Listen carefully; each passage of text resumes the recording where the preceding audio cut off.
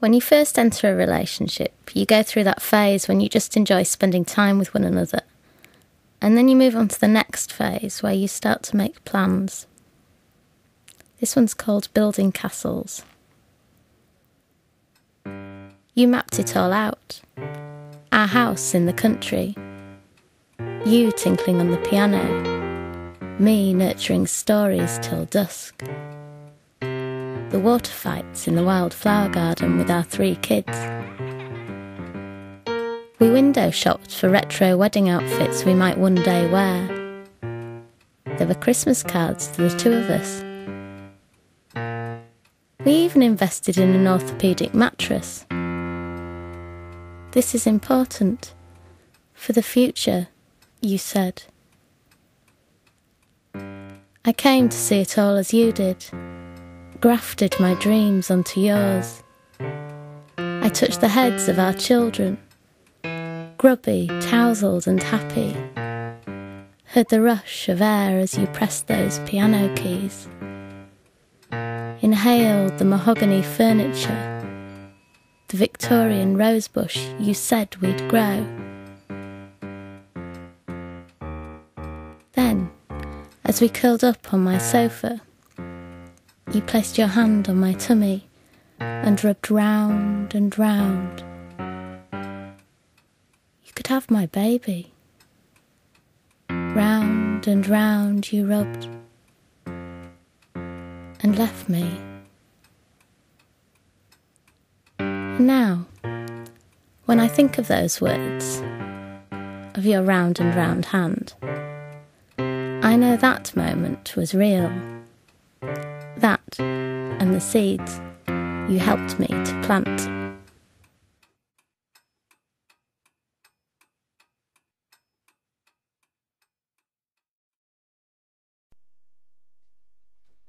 He despised weekdays. Weekdays were dreary, predictable, everyone following their staid routines with rarely a nod to those they passed. People were grey to their souls on weekdays. He liked weekends, though.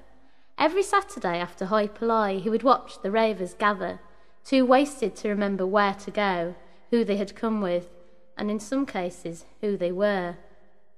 Yet he loved them, this lost bedraggle. For when they came, so did the colours. They danced on car bonnets, and yellow rivulets streamed from their fingers. They chattered like morning magpies, and violets sprang from their throats. And when they touched tongues, he loved them best, for it was then that their bodies welded with all the colours of fire. But when night slunk away, and the morning curtains shifted, they filtered away, leaving the car park alone and insomniac, grey except for a sprinkling of glitter. How easy it must be to see life in monochrome, crisp and clear with the blurry bits snipped out, neat as that 1930s suit you bought off eBay. I suppose I was a blurry bit, the woman who would not be put on a pedestal or trodden into the ground. Teacher, mother, partner, lover, woman. I suppose you couldn't snip me out and leave me whole. No, you took your image of me, sliced it into tiny geometric shapes, pixelated it till I was unrecognisable, disposed of me in a box in the drawer with your first furtive song lyrics, your copy of Catherine M, and your dead granddad's diary. But one day, remembering, you will open that drawer, unlid that box, gather those geometric shapes and meticulously piece them together till I am wholly me again. Or rather your image of me. Because, dear, I exist. A woman, multifaceted, complex, blurry as a hurricane.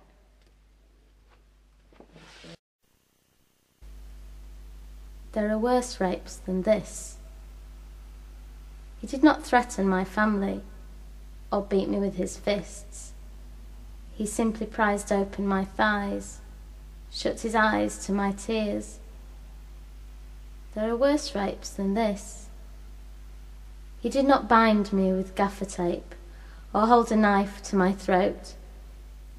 He simply ignored me when I said no. Every time I said no.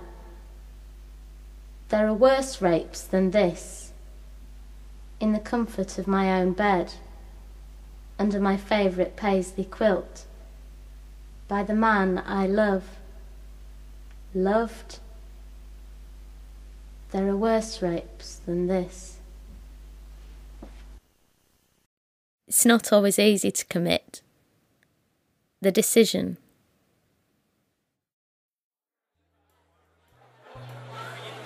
She thought about all the men she had loved. The man with the inexplicable fear of rabbits. The man with a visual impairment and a look of Johnny Depp. The man whose smile was like a kid on Christmas Day. The man who used to stop mid-row to tenderly push her hair out of her face and kiss her. The man who told her he loved her over and over. The man who never told her he loved her, but massaged her feet every night before they slept, tight as Cinderella's foot and her beautiful glass slipper. She thought about all the men she would never love if she said yes, and waited for the feeling of loss in her womb that had previously accompanied such thoughts. But it never came. It never came.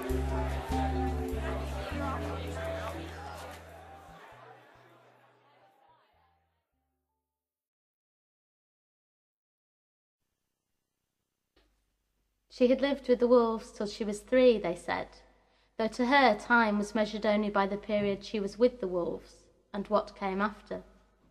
To them the wolves were unfathomable beasts because they paid homage to the moon with their song and tore at flesh with their precise teeth rather than cold lengths of metal. But to her it was them, the men who stared at the flowering teenage girls with a hunt in their eyes. It was they who were the beasts. So she narrowed her eyes when they talked to her, and once, when the sweaty one had touched her throat, she had turned and made a hole in his cheek with her precise teeth. And she was glad that because she had lived with the wolves, because she spoke few words, and because of her precise teeth, they never stared at her like that.